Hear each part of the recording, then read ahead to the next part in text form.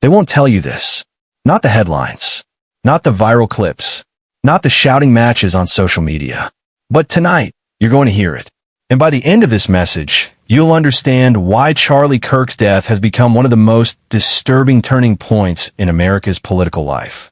This is not just about politics. It's about humanity. It's about silence. It's about a wife, a child, and the way a nation responded when a man lost his life in front of cameras. On September 10th, Charlie Kirk was shot while speaking at Udo Valley University. That single sentence should stop us cold. A commentator, a husband, a father, a man gunned down while speaking.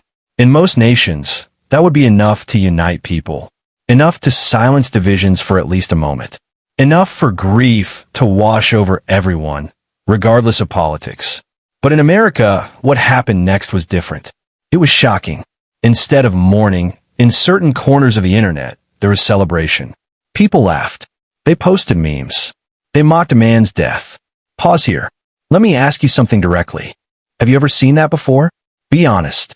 Drop yes if you've seen people celebrate someone's tragedy.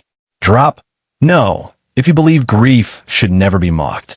Millions of Americans watched the online reaction, and they were disgusted. And here's the key detail. They weren't Kirk supporters. They weren't fans of his politics. But they looked at the celebration of his death, and they said, "This is not who we are. This is not who I am." And then, something unexpected happened. In the days after, millions walked away from the Democratic Party. Not because of taxes. Not because of health care. Not because of election issues.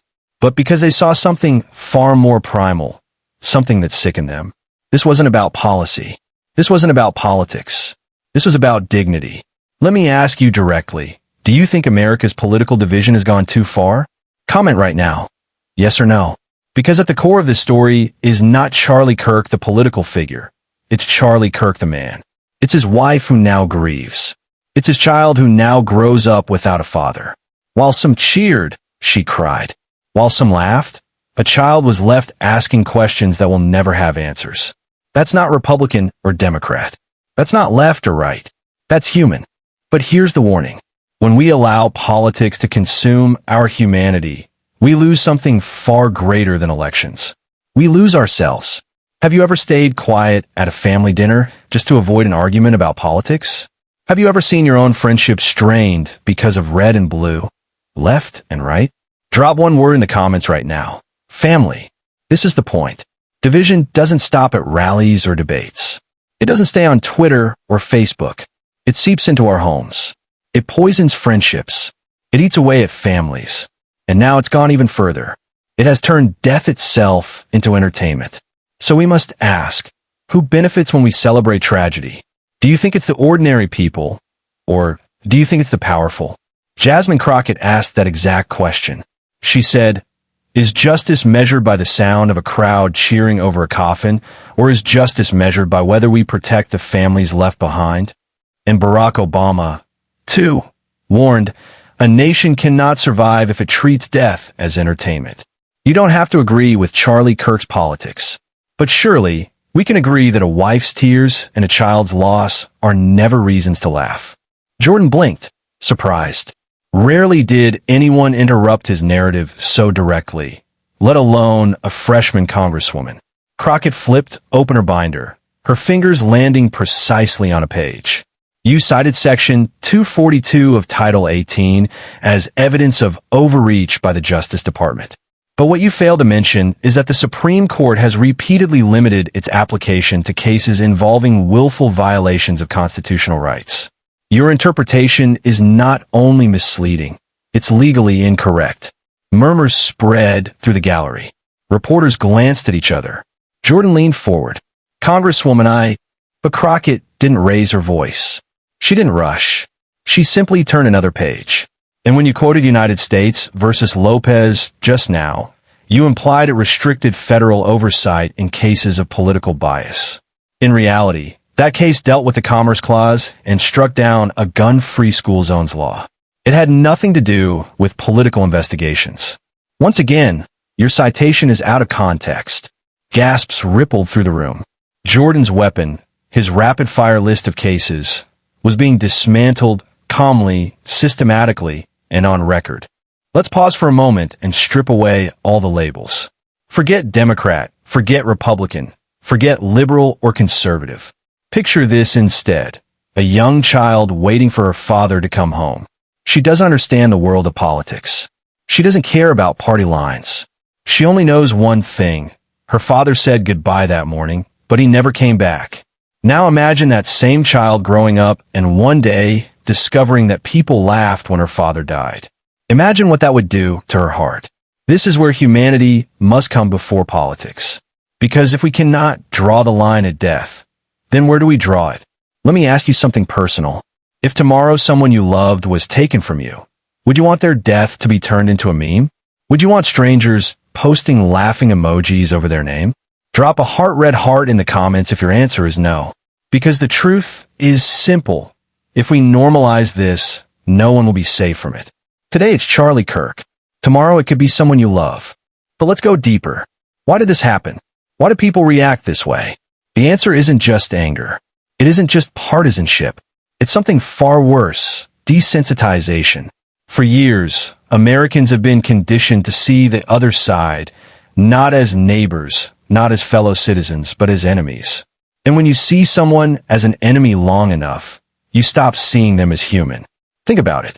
Every time a leader says they're destroying our country, every time media shouts they're the real threat, those words dehumanize.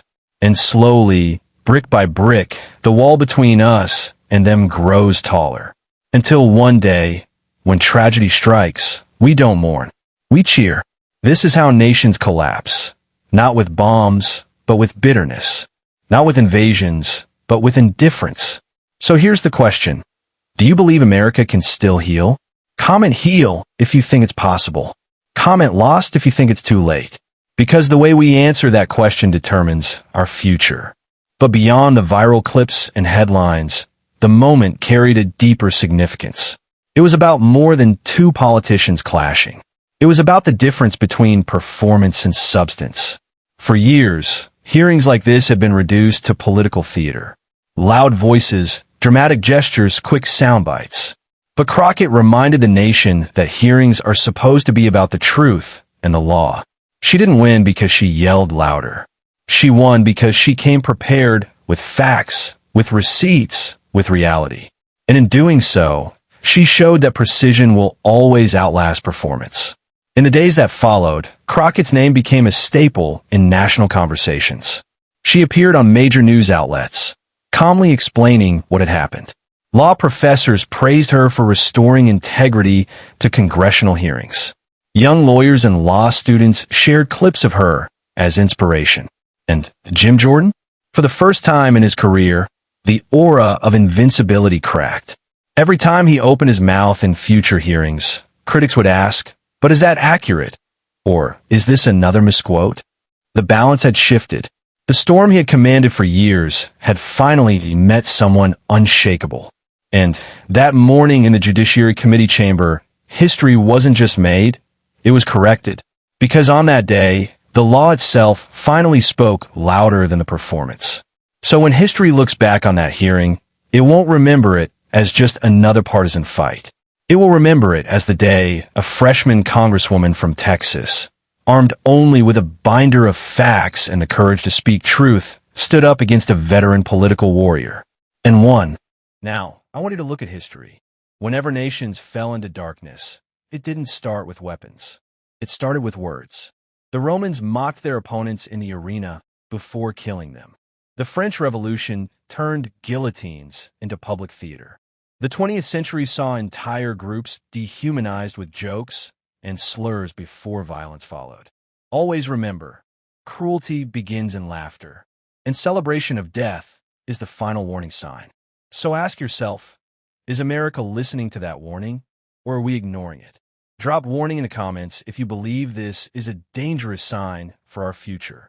Because history does not repeat itself, it rhymes. And right now, the rhyme is sounding familiar.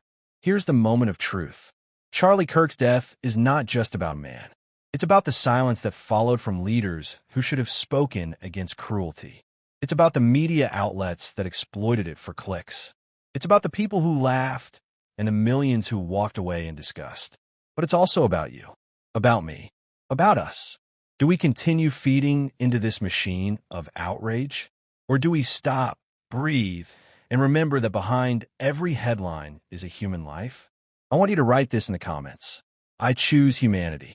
Because if enough of us make that choice, maybe, just maybe, we can begin to heal. Now, I want you to look at history. Whenever nations fell into darkness, it didn't start with weapons. It started with words. The Romans mocked their opponents in the arena before killing them. The French Revolution turned guillotines into public theater. The 20th century saw entire groups dehumanized with jokes and slurs before violence followed. Always remember, cruelty begins in laughter, and celebration of death is the final warning sign. So ask yourself, is America listening to that warning, or are we ignoring it? Drop warning in the comments if you believe this is a dangerous sign for our future. Because history does not repeat itself, it rhymes. And right now, the rhyme is sounding familiar.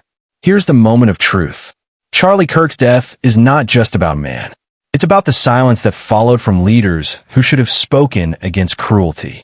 It's about the media outlets that exploited it for clicks.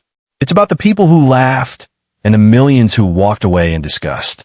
But it's also about you, about me, about us. Do we continue feeding into this machine of outrage?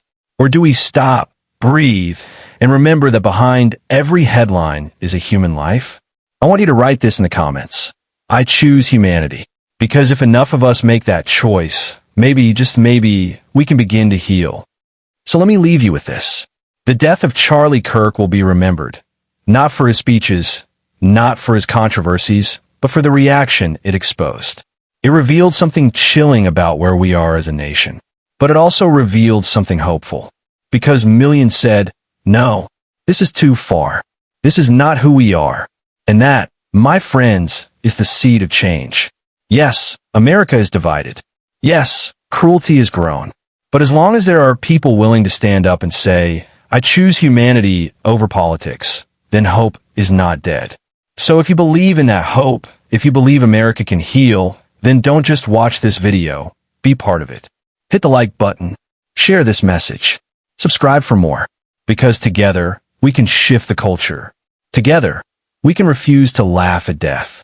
Together, we can remember what it means to be human. And maybe, just maybe, that is how we honor not only Charlie Kirk, but every life lost in the noise of politics.